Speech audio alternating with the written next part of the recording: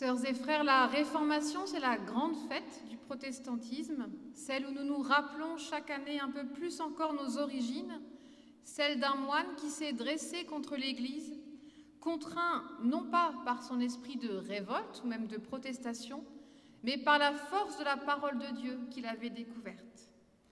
À la Diète de Worms en 1521, face à l'autorité catholique qui cherche à l'attaquer pour ses ouvrages contraires à la doctrine, Martin Luther, le moine de l'époque, affirme « Ma conscience est captive de la parole de Dieu.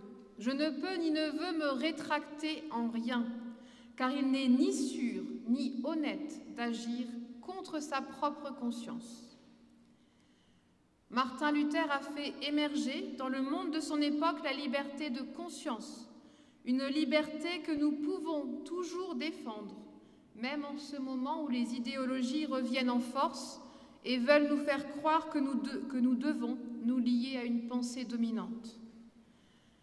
Martin Luther n'a pas pour autant inventé cette liberté, il l'a puisée justement dans l'Écriture, dans la parole de Dieu, avec un œil nouveau. Pour ouvrir ce culte, je vous invite à revenir à la parole de Dieu grâce à l'épître à Timothée, au chapitre 2, la seconde épître, les versets 8 et 9. C'est l'apôtre Paul qui dit « Mon cher Timothée, souviens-toi de Jésus-Christ, ressuscité d'entre les morts, issu de la descendance de David selon mon évangile, pour lequel je souffre jusqu'à être lié comme un malfaiteur. Mais la parole de Dieu n'est pas liée. »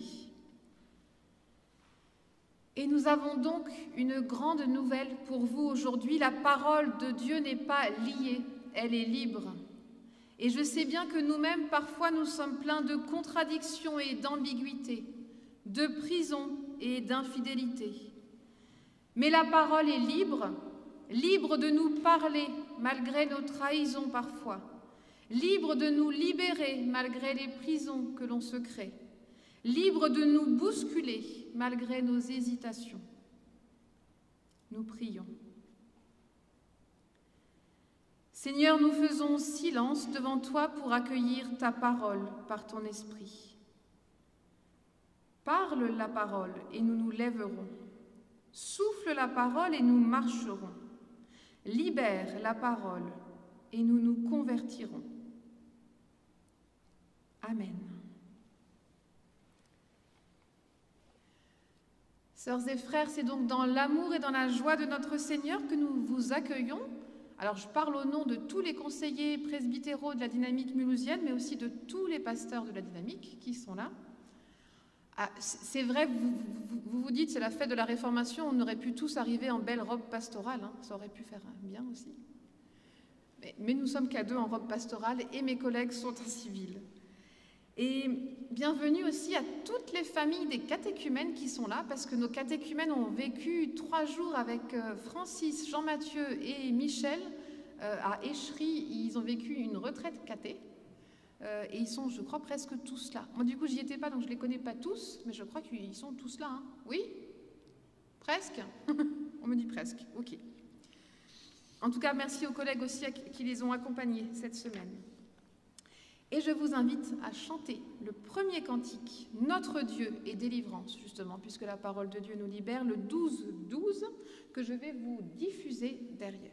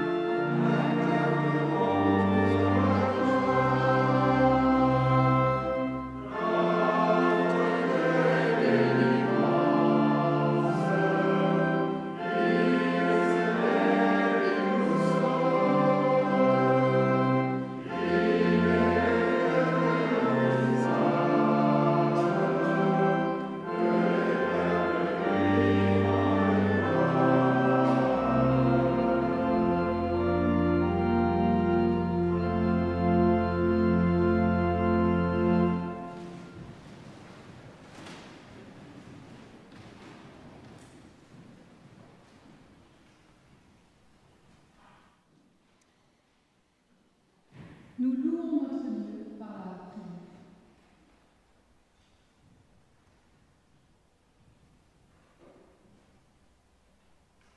Seigneur, merci de nous avoir réunis aussi nombreux aujourd'hui. Merci d'avoir réuni, Seigneur, en cette église Saint-Martin, des jeunes et des plus anciens, des membres des paroisses de la dynamique mulhousienne, tout confondu. Merci, Seigneur, de nous réunir autour de ta parole. Merci, Seigneur, de nous réunir autour de cette grande fête du protestantisme. Seigneur, depuis le début de l'humanité, les dissensions, les conflits sont présents. Comme en témoignent aussi en ce jour ces deux cultes de la Réformation sur Mulhouse. Mais Seigneur, nous te remercions d'être aussi nombreux à ces deux cultes, certainement, pour entendre une parole qui toujours libère notre conscience et qui va au-delà des conflits qui sont présents. Merci Seigneur parce que ta parole circule, où qu'elle soit, donc quel que soit le lieu où elle est entendue et où elle est annoncée. Seigneur, que nous retenions ta parole avant les paroles des hommes, parce que c'est ta parole qui nous fonde, c'est dans ta parole que nous prenons la source pour agir avec les valeurs évangéliques que tu nous invites à appliquer. Merci Seigneur. Amen.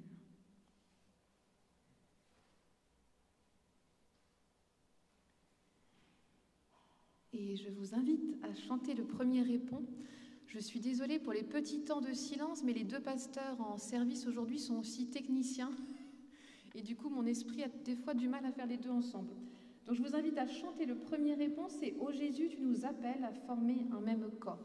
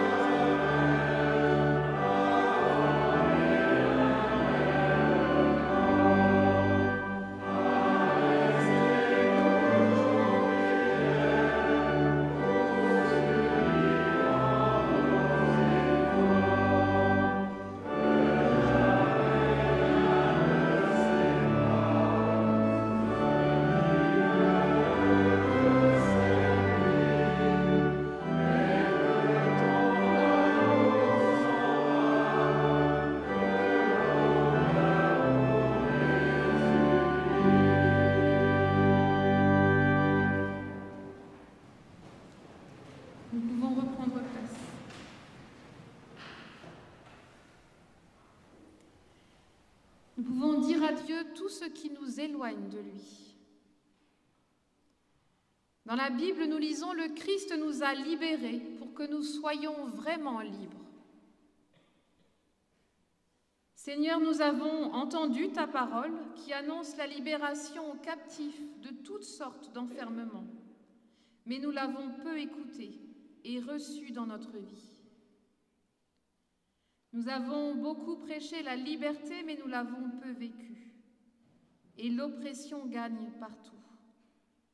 Et nous-mêmes, nous ne sommes pas libres de cette liberté qui conduit à l'amour et à la compassion. Et c'est là notre péché. Pour n'avoir pas écouté toujours ta parole, pour n'avoir pas vécu en homme et en femme libres.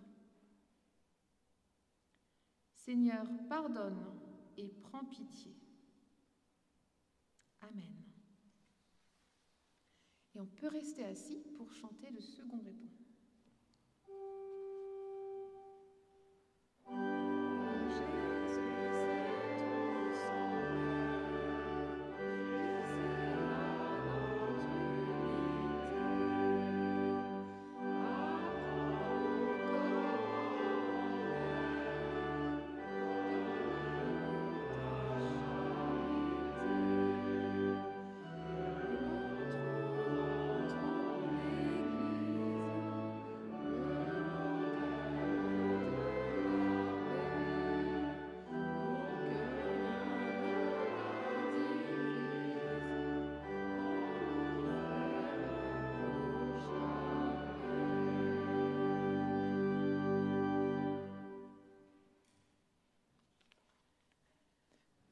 Pouvons-nous relever pour entendre la parole de Dieu, la parole de la grâce de Dieu?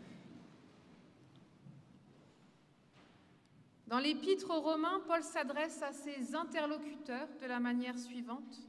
« À tous ceux qui à Rome sont bien-aimés de Dieu, que la grâce et la paix vous soient données de la part de Dieu notre Père et du Seigneur Jésus-Christ. » Aujourd'hui, si l'apôtre Paul nous écrivait, il nous dirait à tous ceux qui sont à Mulhouse et alentour, sont bien-aimés de Dieu. Et cette adresse est à entendre avec toute la tendresse et la force qui se trouve derrière l'expression « les bien-aimés de Dieu ». À toi, mon frère, ma sœur, ce matin, je l'annonce, tu es bien-aimé de Dieu. Mensonge, les voix qui disent que tu n'es pas bon, sauf à prouver le contraire. Mensonge aussi les voix qui disent que nous ne valons rien, sauf à prouver le contraire. Mensonge les voix qui disent que nous sommes méprisables, sauf à prouver le contraire.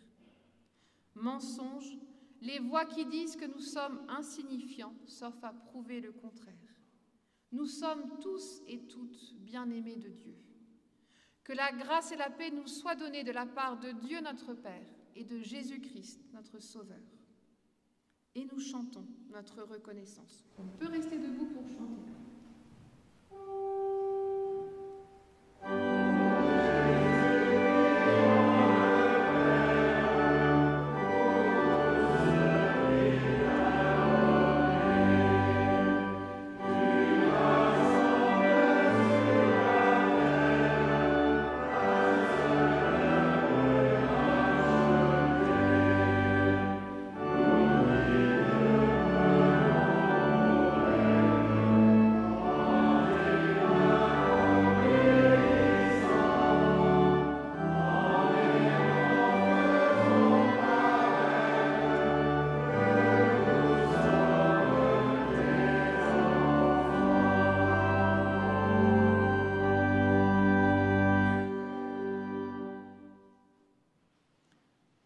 Reprendre place.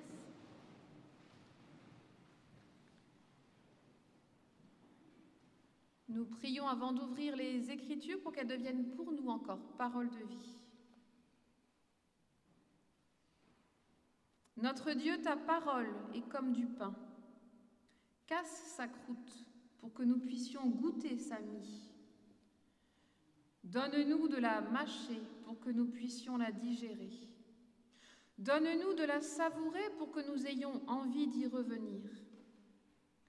Donne-nous d'accompagner avec elle les moments si divers de nos vies, comme le pain accompagne les plats si variés de la table.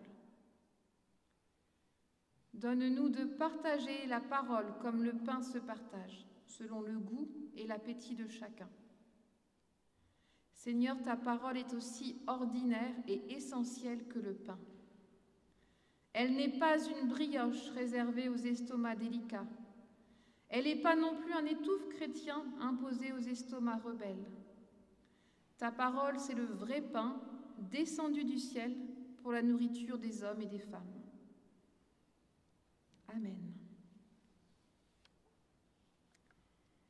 Et nous allons entendre les deux lectures pour aujourd'hui. Alors, c'est deux catéchumènes qui vont nous les lire. Il y a Élie qui va venir nous lire Galates, je crois, et David qui nous lit l'évangile de Matthieu.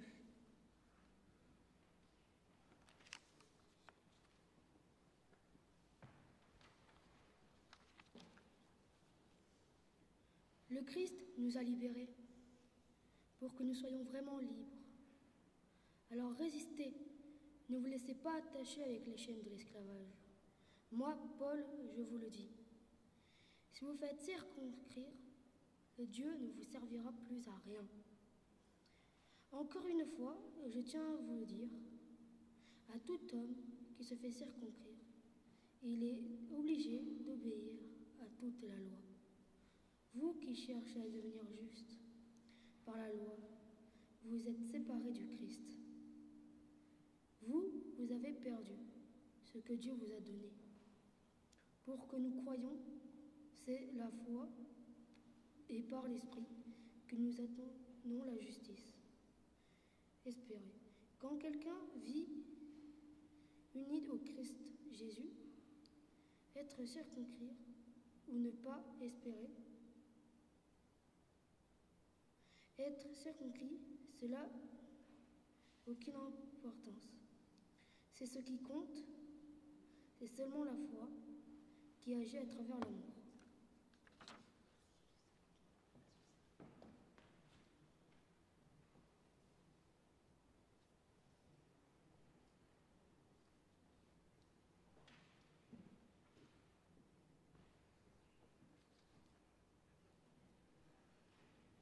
Jésus voit les foules qui sont venues.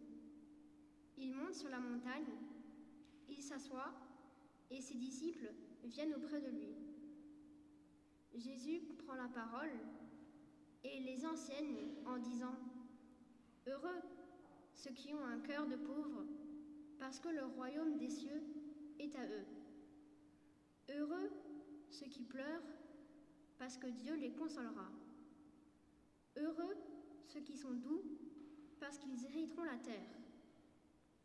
Heureux ceux qui ont faim et soif de la justice, car elles seront rassasiées. Heureux ceux qui sont bons pour les autres, parce que Dieu sera bon pour eux. Heureux ceux qui ont le cœur pur, parce qu'ils verront Dieu. Heureux ceux qui font la paix autour d'eux, parce que Dieu les appellera ses fils. Heureux ceux qui sont persécutés pour la justice, car le royaume des cieux est à eux.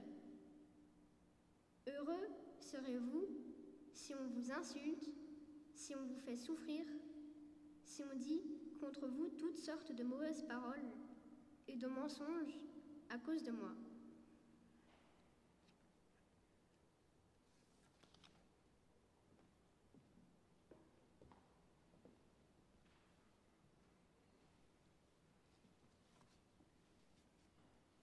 Je vous invite à vous lever pour que nous chantions « Si Dieu pour nous s'engage ». Amen.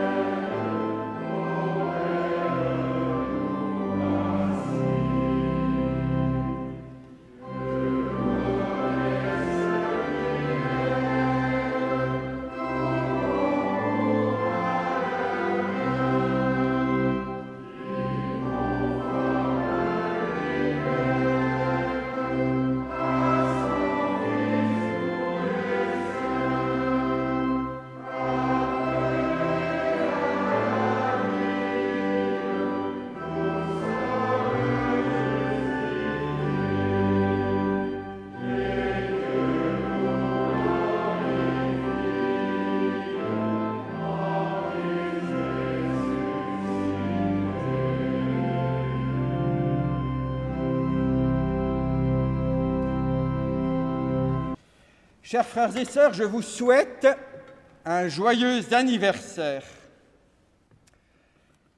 En effet, aujourd'hui, nous célébrons l'anniversaire du protestantisme parce qu'il y a 504 ans, Martin Luther publiait, c'était le même jour qu'aujourd'hui, à la veille de la Toussaint, ses 95 thèses. C'était un texte en latin qui ressemble à cela.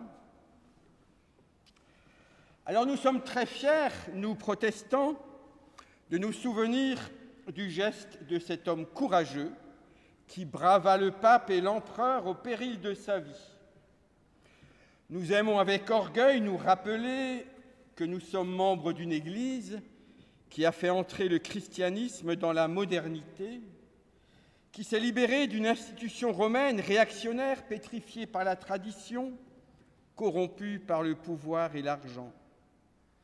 Nous aimons scander avec crânerie notre slogan favori, Ecclesia Reformata, Semper Reformanda, ce qui signifie l'Église réformée est toujours à réformer.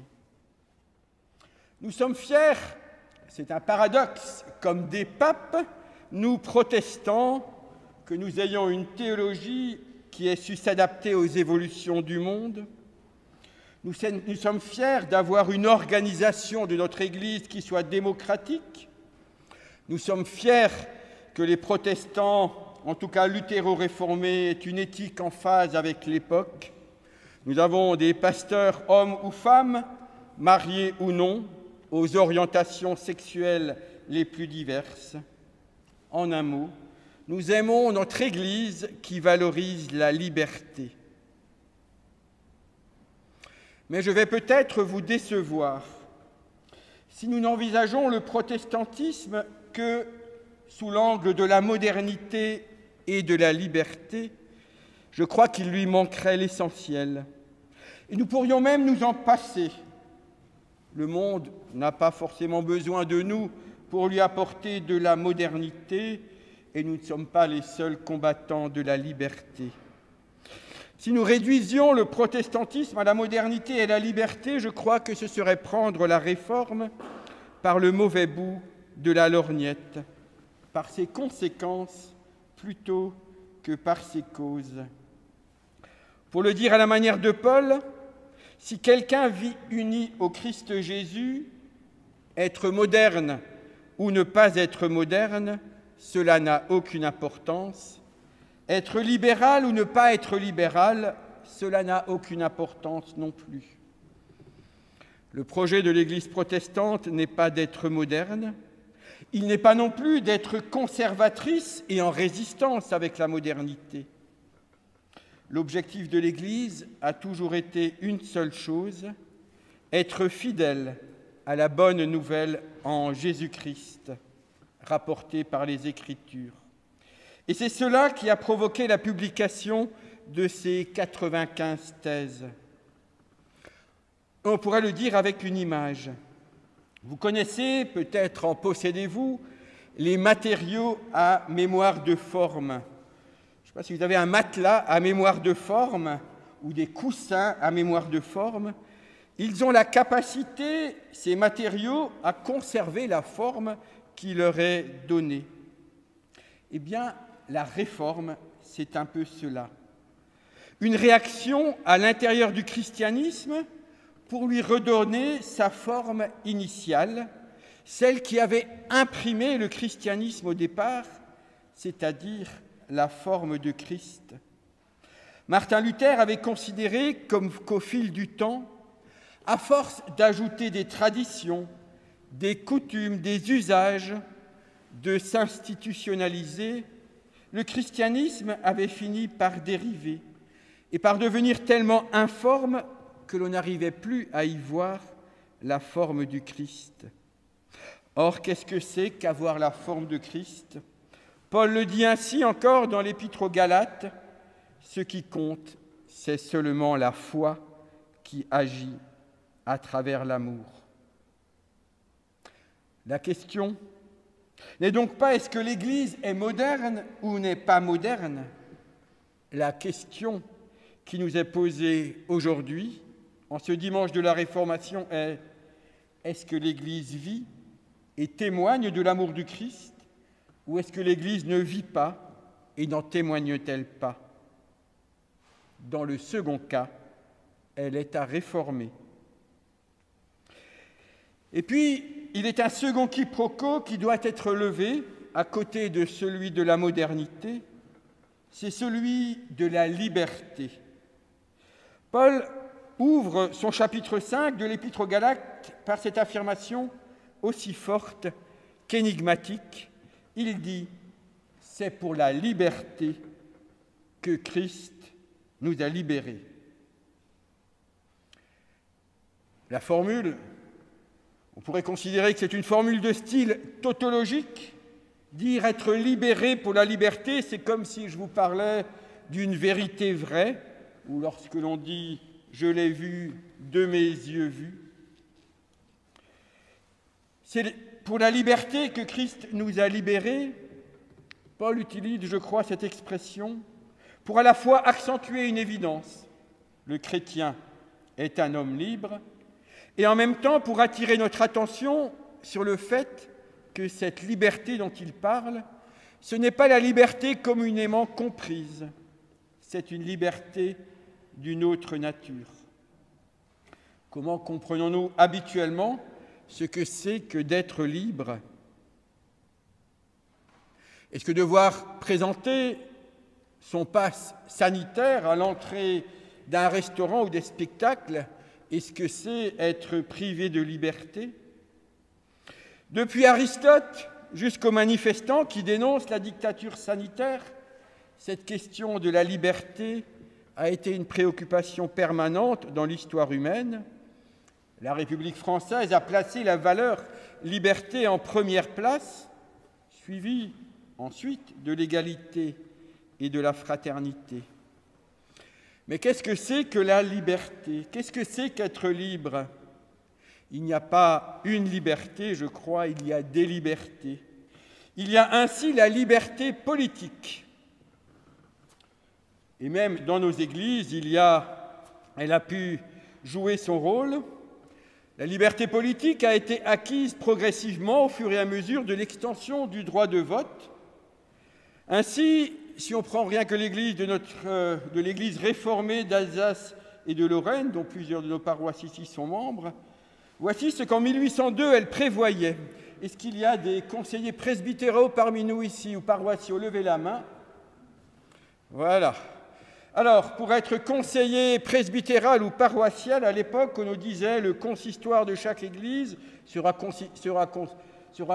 composé de son pasteur et puis de personnes choisies parmi les citoyens les plus imposés. C'est-à-dire que pour être conseiller presbytéral, alors, il fallait faire partie des plus gros contribuables. Je ne sais pas si c'est le cas pour ceux qui viennent de lever la main. Cela s'appelait alors, et ce n'était pas que dans l'Église, cela s'appelait le suffrage censitaire et c'était considéré comme normal. Évidemment, pour être conseiller presbytéral alors, et cela n'avait même pas besoin d'être dit, il fallait aussi être un homme. Depuis 1802, notre définition de la liberté politique a évolué, et de la liberté personnelle aussi. Nous avons aboli l'esclavage, le droit de vote a été élargi sans condition à tous les hommes sans distinction de revenus. Plus tard, il a été ouvert aux femmes. On a accordé et octroyé plus de droits et de protection aux enfants. Il y a plus d'attention accordée également aux minorités. Mais nous employons aussi le mot liberté pour parler de la liberté économique, celle de posséder et d'entreprendre. Pour certains, la liberté économique pourrait être une des limites ou devrait être limitée parce qu'elle touche à ce que la liberté ne peut pas être. La liberté économique, c'est le renard qui est libre dans le poulailler. Mais si le renard est libre dans le poulailler, est-ce que les poules sont encore libres? Il y a aussi la liberté naturelle, la liberté de penser, la liberté de circuler, la liberté de manifester. Pourquoi pas la liberté de ne pas payer ses impôts? Eh bien, je crois que la liberté chrétienne n'est rien de tout cela.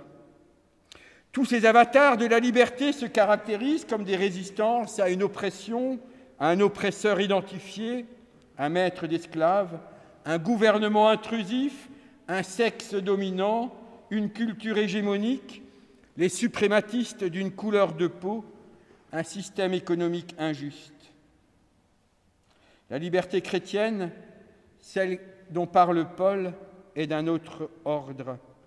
C'est une liberté intérieure d'abord, lorsqu'il dit « Ce n'est ni la circoncision ni l'incirconcision qui a de l'importance, mais seulement la foi qui agit à travers l'amour. » Il dit que la liberté et son contraire, la privation de liberté ou l'esclavage, ne résident pas dans ce que nous aurions le droit de faire ou de ne pas faire. Lorsque les esclaves afro-américains libérés chantaient au Freedom and before I'd be a slave, plutôt que d'être un esclave, je serai enterré dans ma tombe et chez mon Seigneur je rentrerai et libre je serai. Qui était le plus libre devant Dieu, les maîtres d'esclaves ou les esclaves? Être esclave pour Paul, c'est d'abord celui qui est séparé du Christ et est libre, c'est se confier en Christ pour agir par amour. Le contraire de la liberté chrétienne, ce n'est pas d'être empêché de faire ce que je veux. Le contraire de la liberté chrétienne, c'est l'absence d'amour. N'est pas libre celui qui est empêché d'aimer. N'est pas libre celui qui est enfermé dans le ressentiment. N'est pas libre celui qui ne parvient pas à pardonner. N'est pas libre celui qui ne parvient pas à voir le visage du Christ dans le plus petit de ses frères. Il y a 9 jours, lors de l'Assemblée du consistoire réformé de Mulhouse, nous avons reçu les aumôniers d'hôpital de notre consistoire, et l'une des aumôniers nous a fait le récit suivant d'une de ses visites. Elle nous a raconté qu'elle s'était rendue un jour chez une personne en fin de vie, et celle-ci lui avait confié qu'elle portait en elle une blessure causée par un ami. Une blessure si forte qu'elle disait qu'elle ne pourrait jamais lui pardonner. L'aumônier lui avait alors glissé avec malice, mais il vous faudra prévoir alors un cercueil double pour votre enterrement. Pourquoi cela ? Lui avait demandé la personne hospitalisée. Parce que vous allez devoir emporter votre ami avec vous jusque dans votre tombe, avait complété l'aumônier. Elle n'était pas libre. Et 8 jours plus tard, l'aumônier était retourné voir la personne hospitalisée.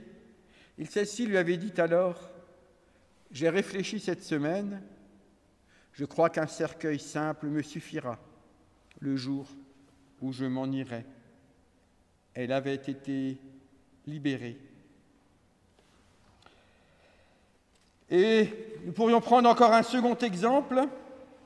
Jeudi dernier, l'un des catéchumènes qui nous a accompagnés à Échery, alors je ne vais pas le dénoncer ici, peut-être se reconnaîtra-t-il, m'a demandé de manière récurrente « Est-ce qu'on pourrait jouer à Squid Game ?»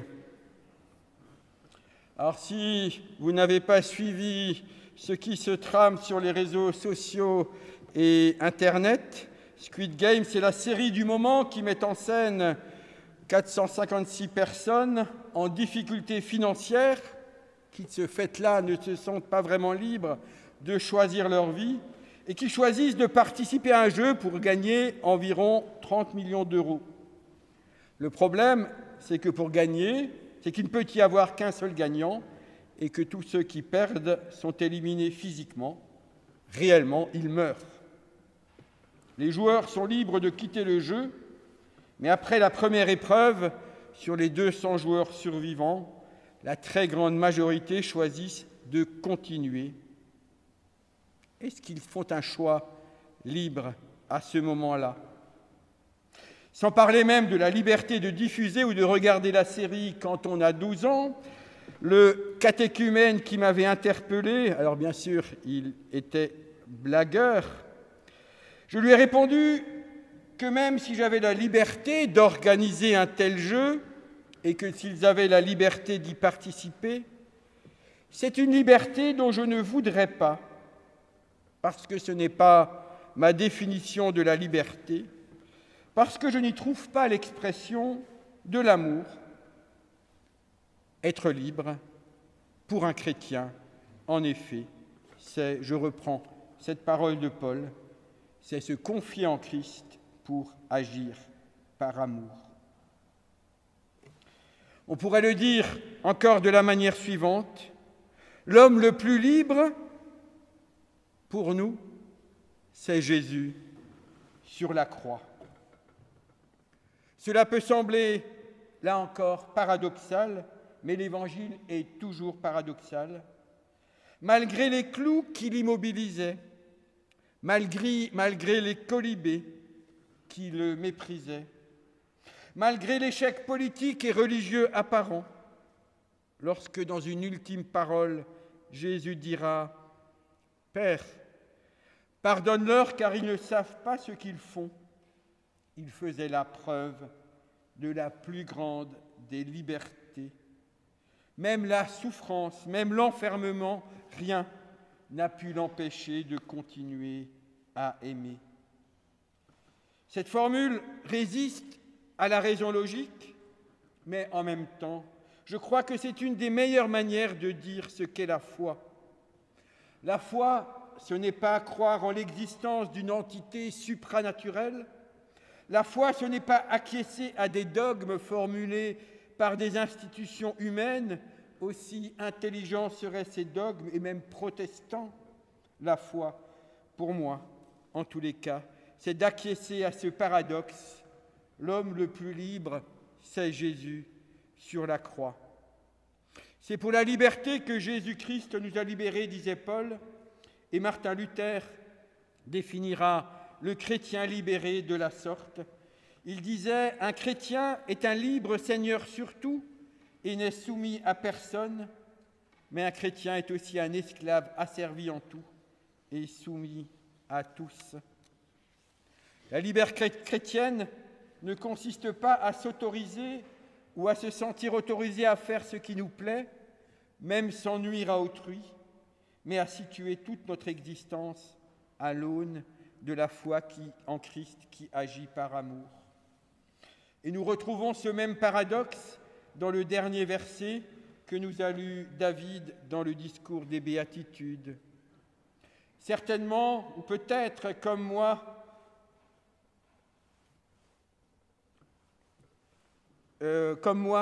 avez-vous tiqué au moment de la dernière phrase que nous a lue David, lorsqu'il est dit « Heureux serez-vous si on vous insulte, si on vous fait souffrir, si on dit contre vous toutes sortes de mauvaises paroles et de mensonges à cause de moi. » Qui ne s'est pas dit que cette phrase de Jésus « Heureux serez-vous si on vous insulte » était absurde, invivable, masochiste.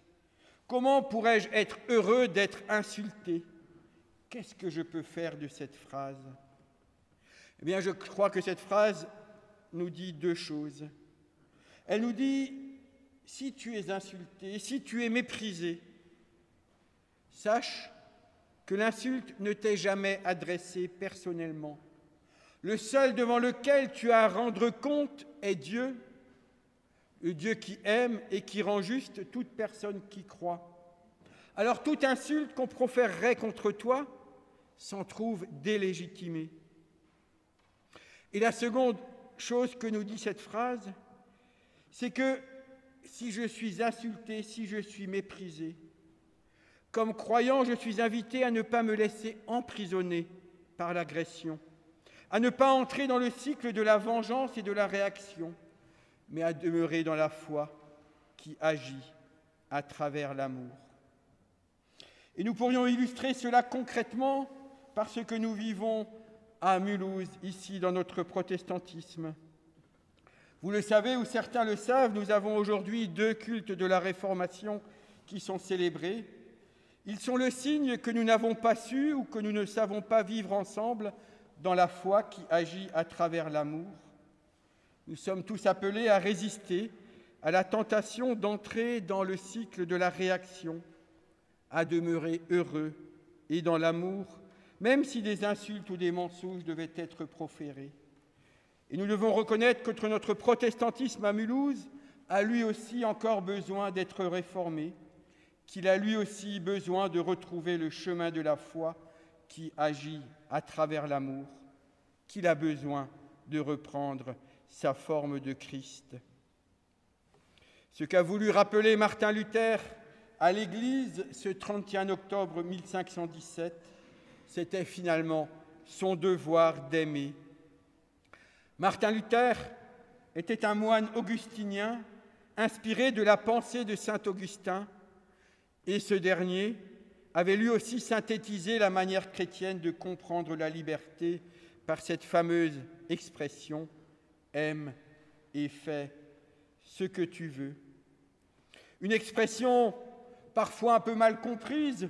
On aime bien le « fais ce que tu veux », mais ce n'est pas « fais ce que tu veux et puis aime ». C'est plutôt « aime et puis ensuite fais ce que tu veux fondé sur l'amour ». Je vous lirai l'extrait du commentaire de la première épître de Jean, d'où est extrait cette fameuse formule. Voici ce que disait saint Augustin. « La seule chose qui établit une différence entre les actions des hommes, c'est l'amour qui est à leur racine. Il y a d'une part nombre d'actions qui peuvent paraître bonnes, mais elles ne proviennent pas à la racine de l'amour. Les épines elles-mêmes ont des fleurs. D'autre part, il y a des actes qui ont une apparence de dureté, de cruauté même, mais ils sont faits dans l'intérêt du bien et sous l'inspiration de l'amour. Alors, une fois pour toutes, je te donne ce commandement concis. Aime, et ce que tu veux, fais-le. Si tu te tais, tais-toi par amour. Si tu parles, parle par amour. Si tu corriges, corrige par amour. Si tu pardonnes, pardonne par amour. Est au fond du cœur la racine de l'amour. De cette racine ne peut sortir rien que de bon. Frères et sœurs, que fêtons-nous aujourd'hui? Ce n'est pas tant le protestantisme ou la modernité et la liberté de l'Église. Ce que nous fêtons aujourd'hui, c'est l'amour de Dieu donné à tous, un amour qui veut sans cesse renouveler et réformer l'Église dans sa capacité et pour sa capacité à agir par amour. Amen.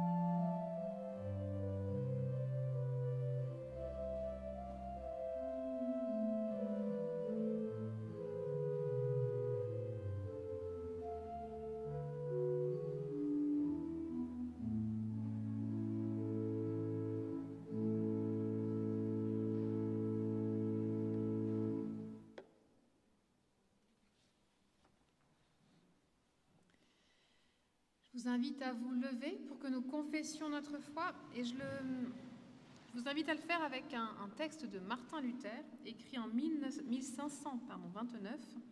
Et si vous êtes en accord avec celui-ci, je vous inviterai à dire l'Amen final. Je crois que Dieu m'a créé ainsi que toutes les autres créatures.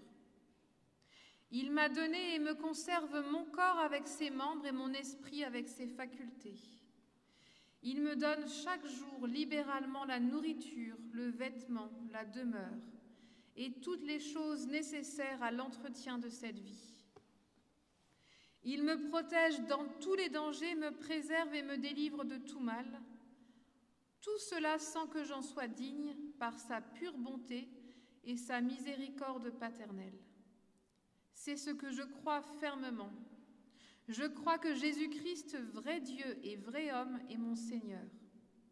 Il m'a racheté, moi, perdu et condamné en me délivrant du péché, de la mort, de la puissance du malin, non point à prix d'or ou d'argent, mais par son sang, par ses souffrances et par sa mort innocente, pour que je lui appartienne pour toujours et que je vive d'une vie nouvelle, comme lui-même qui ressuscité des morts vit et règne éternellement.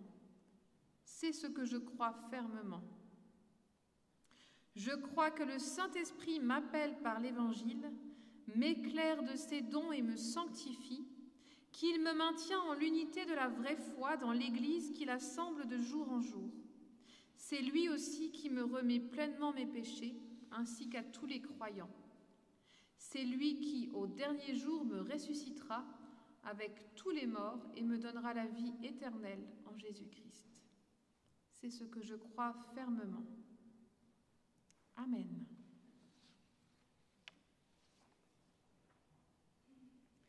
Et je vous invite à chanter « Dieu fait de nous en Jésus-Christ ».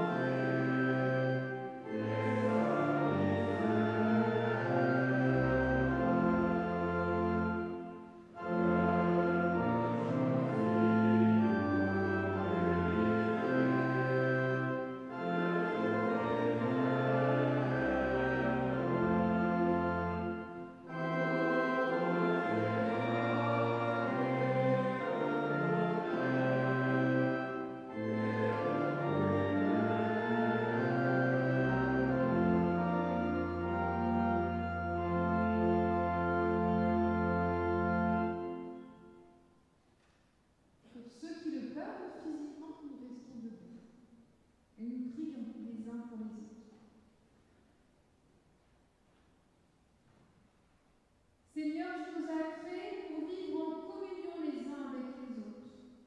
Tu nous as donné à chacun des talents différents pour former tous ensemble un seul corps et un seul esprit. Donne-nous la force d'aider ceux qui sont dans la peine ou la solitude. Donne-nous assez de simplicité pour nous faire aider par ceux qui nous entourent, afin de former avec eux une immense chaîne de solidarité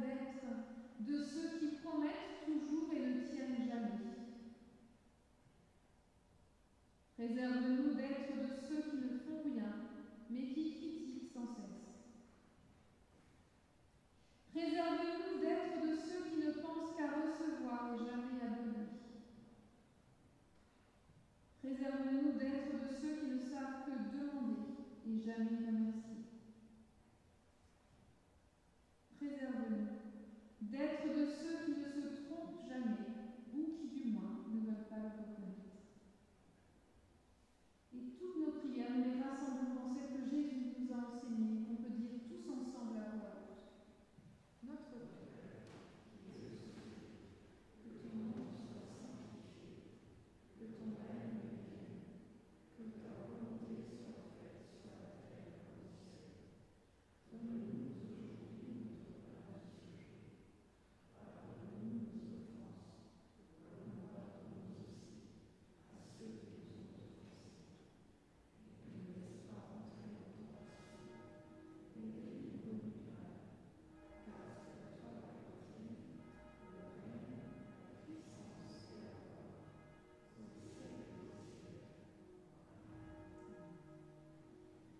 Et nous pouvons reprendre place.